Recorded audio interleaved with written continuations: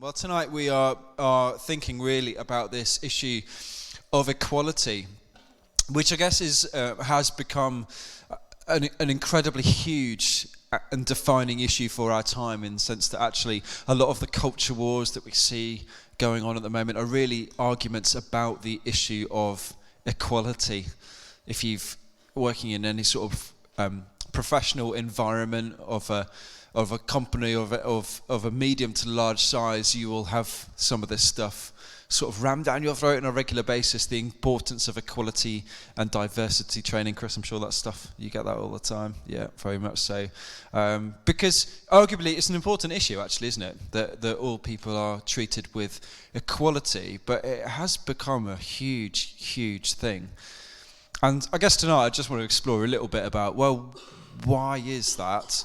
And why does it seem that instead of being something that is actually celebrated, it's almost become something that's actually seems to be quite diversive and creates a lot of friction? And why is that? So we're going to kick off by, I think, watching perhaps one of the greatest moments in the history of the fight for equality. If you guessed, Andrew, what it is? No. We're going. It's not Disney. It's not Disney. No, there's nothing wrong with Disney, that's right. They found that crazy thing, didn't they, in Walt Disney's ancestral village. Did you see that? They found anyway, it doesn't matter. It doesn't matter. No, they found this, I think it was a dodecahedron, a Roman dodecahedron. Did you see this? And it was made of metal, and they can't figure out what it was for.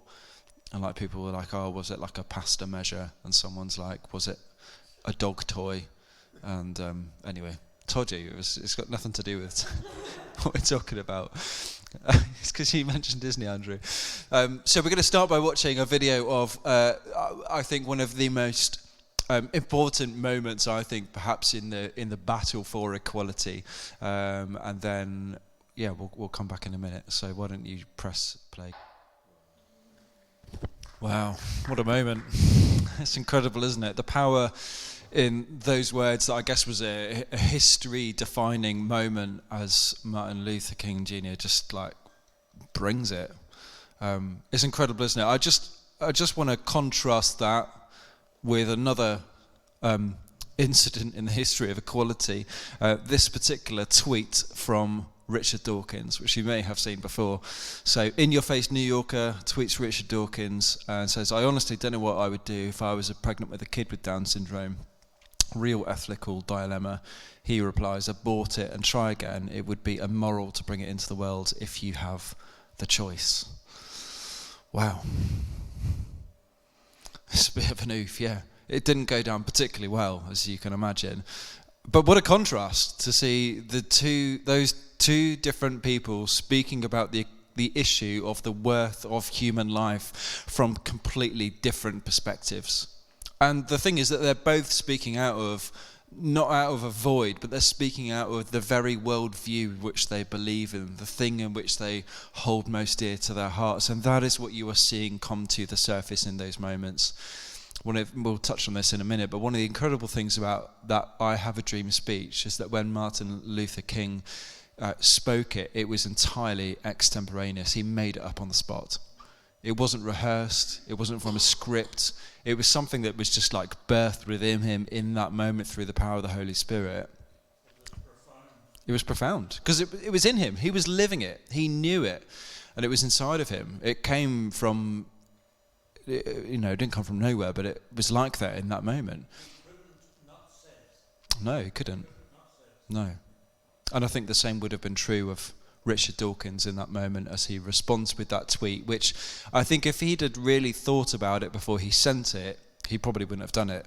But there's something about what happens in that moment as he's being responsive and just replying to this particular woman on Twitter that reveals something of what's actually going on in his mind. And that's not to just rub his face in the dirt or throw him under the bus, but it's something of his worldview is being exposed there. And I guess Richard Dawkins' worldview would be, you could describe it in lots of ways, but maybe materialism would be one, or atheistic naturalism. the idea that we are just chance objects in a chance universe, and there is nothing really more to life than that. There is no meaning beyond what it is that we create for ourselves. And one of the ways in which people have often characterized that particular worldview, or the way that worldview then begins to play out, would be what you would call existentialism. Now, Simeon will correct me when I go wrong on this. I feel like I'm a philosophy. I'll tell you in a minute, Peter, what existentialism is. In fact, I've got another. I've got another video for you. In fact, we're gonna watch that, because this explains it really well. That actually, when you are in the place where Richard Dawkins is at, the reason why you make a tweet like that is because of the only logical place in which you can go to is a philosophy of existentialism, and that begins to define everything. Woody Allen said this. He said, "I once did a test on existentialism. I left every answer blank and I got 100%. Which is a great way of defining maybe what existentialism is. But Caleb, let's watch this next video, because this I think maybe helps to define it. It's a very succinct and accurate definition, I think. So I think that's kind of where that atheistic naturalism leads us to the place where, if we were to define the understanding of existentialism as you see in that video, is one thing, with the thing that you have to make a choice and a decision. It is your responsibility to attribute value and meaning to things in life. And that means that the value that is given to a person is, in a sense, only given to a person because you have made the choice to assign that value to that person. So as Richard Dawkins is replying to that tweet about why it is that whether or not to abort a baby with Down syndrome, he is making a choice and taking the responsibility himself to define where is it that I'm going to locate value and meaning, and where is it that I'm not. And for all sorts of reasons, and maybe prejudices of his own, maybe he assumes that people with Down syndrome somehow suffer more in life than those that don't. There were all sorts of tweets back saying, "Have you ever met somebody with Down syndrome?" In fact, he was asked that in an interview and conceded that he hadn't really. And he, just perhaps made some blind assumptions himself, which was quite interesting in and of itself. But basically, he's making a choice and a decision there based upon his own intuition and feelings as to where it is that he is going to locate value. And he decides in that moment that the life of somebody with Down syndrome is not equal to the life of somebody without, which is kind of problematic, because I think if we end up in a place whereby actually the value that we place upon each individual life is not something that is given, but something that is decided, it's a choice and a responsibility that you make, then how is it that we know whether, for example, we have any value in and of ourselves? And I think that we live in a world that is in many ways characterized by existentialism, because there is no blueprint for life, there is no designer, no God who is at least present in the minds and the reality of the culture at large, which means it's left to the individual person to decide for themselves what is the worth and what is the value that I'm going to place upon myself. We see so many people, don't we, who are struggling with their self-esteem, with their sense of self-worth, with their understanding that they are a worthwhile person, because at the end of the day, they have to be the person that makes the decision to say that they are worthwhile. And that's actually a really difficult thing to do. As I forget which philosopher it was in the video, but points out that actually it's not as if we're really free anyway, that actually a lot of the ways in which we struggle with our own self-worth is because of the restrictions of political structures and society and schools and education and people perhaps in our past and other voices that have in many ways oppressed us and made us feel like we are worth less than we really are. And with nothing really to ground ourselves on or to believe, we have kind of no choice in a sense but to accept what it is that they say. It's very difficult to fight against being told that we're worth less unless we have something to really stand on in the first place to say that we're not. And so it becomes so hard for so many people where there is no blueprint, there is no understanding that I am dignified and worthwhile and of value inherently in and of myself no matter what. And then when those voices of oppression come, there's kind of nothing to really stand upon. And so I think this is, we're seeing this play out perhaps in lots of different ways, and maybe part of, it's hard with the kind of mental health crisis to say, well, to pin it on one thing is always going to be inaccurate. But I think that this is one part of the puzzle of why it is that so many people in the world are struggling right now, because there is no basis for their own value other than what they just place upon themselves. And of course, the way to then come out of that pit is often through the process of consumerism as a way of kind of creating my own value, or climbing up the career ladder, or pursuing some of those other idols that Andrew was talking about this morning, because in maybe buying some new clothes or buying a new car or progressing through my career, I can therefore start to earn and create my own value in my own life. But of course that's not accessible to everybody. And for some it just leads to burnout, to debt, gambling, addiction, and all sorts of things. So this is a huge problem. And I think we then foresee this feeding into loads of the arguments that we see happening at the moment, culture war arguments. So like we see at the moment, for example, battles between trans ideology and feminism, battling against each other, because how is it that we are going to define what is a human, what is worthwhile, what is a woman? And if there's no kind of blueprint or design of which we're going to go back to, then there is inevitably going to be a fight as people say, no, this is how we're going to define value, and others say, no, this is how we're going to define value. You have the Black Lives Matters campaign, and arguments around sexism, arguments around slavery, arguments around climate change, and people on all sides, left and right, with differing opinions, trying to say, well, this is my choice and my responsibility as to what value looks like, and it just kind of feeds and feeds and feeds an argument.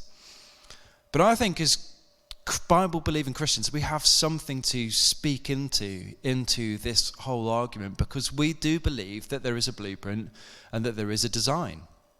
And actually, we must hold the mantle of some of these things, of speaking into issues surrounding racism, sexism, discrimination, the fight for equality. And there can be a danger, actually, that sometimes as Christians we shy away from that, because we think, oh, well, that kind of sounds a bit like woke ideology. If you've come across that phrase, the idea of woke ideology, and that's something almost that is at times cherished or despised. But the word originally crops up in the 40s amongst black communities in the States, who are saying that to be woke is to be aware of racial discrimination that is happening against us, but it is inherently tied up to the idea of also having a spiritual awakening. That as you wake up to the reality of who God is and who he has made you to be as a black person living in the southern states in the 40s, he has made you in his image, and you are worthwhile. You are made with dignity and honor and due respect. And as you are awakened to that reality, you then become woke, if that makes sense and that follows. And so there must be, I think, a recapturing for all of us of something of that original meaning of, well, what does it mean to be woke?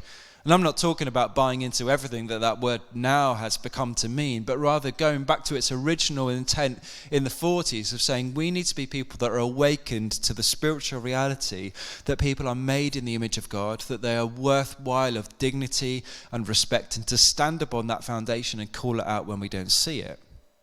It's hard, isn't it? Because there's all sorts of times and places in the church when that has not been followed through. And awful things have been, done in the name of Christianity that have not been in line with that idea and that understanding. But I think there is a time now in the middle of these culture wars to stand up and to speak into that. One of the fascinating things, as I said, about Martin Luther King was the fact that he made the whole thing up on the spot. And I think this is a great, illustration of why it is that we so need a foundation as we speak into these issues of equality. People said of Martin Luther King often, I've heard people say, well, where did he get all this stuff from? And I remember one time I heard people saying that about him was this particular quote when he says in the speech, but not in a section that we watched, but he says, "We will not be satisfied until justice rolls down like waters and righteousness like a mighty stream." And the person that was commentating on this was saying, that's just incredible literature, isn't it? Well, how does he make this stuff up? It's just beautiful words, justice rolling down like a river. It's incredible. Where does he get it from? Well, it's Amos chapter 5, verse 24, And he was someone who was steeped in the scriptures. He wasn't giving a speech, he was preaching. And the reason why a lot of that stuff just rolls off his tongue is because he's breathed it in for so long, and he's just speaking out the truth upon which he is standing, the foundation of the scriptures. And without that foundation, the whole thing begins to crumble, descends into a sense of worthlessness for many individuals, descends into a sense of no shared understanding of what is actually valued about a person, and the arguments and the friction and the divisiveness and the equality and diversity training follows because there's no foundation. But I think that there is beautiful, incredible words that I guess changed history. Galatians chapter 3, verse 28. "There is neither Jew nor Gentile, neither slave nor free, neither is there male or female, for you are all one in Christ Jesus." Beautiful words. When these were first spoken, so controversial. Here is Aristotle defining the kind of first century reality and view of equality. He says, "From the hour of their birth, some are marked out for subjection, others for rule. Some men are by nature free and others slaves, and for these latter, slavery is both expedient and right," because that was the understanding of the time. Some are slaves, some are not, and that is just the way that it is. It's the way the world is made. It's what's right. In other words, without God, we have made a choice. We have attributed value how we see fit, and we've decided that some people are slaves. And in a sense, we have come right back round to that point, where now it is that we are deciding where it is that we attribute value. And thankfully, it's not the same as it was back then. But in some ways, it is. And we need to come back to that original foundation, that there is neither slave nor free, that we are all one in Christ Jesus. But I think the scriptures allow us to go beyond that, actually, to see something really, and there's lots of ways you could define this, but some really incredible ways in which value is assigned to human beings.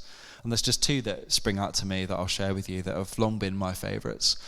One of which is, let's say Caleb down here did us a lovely painting, and we exhibited it in church and said, who would want to buy Caleb's painting? Anybody here this evening? What would you pay for a painting of Caleb's?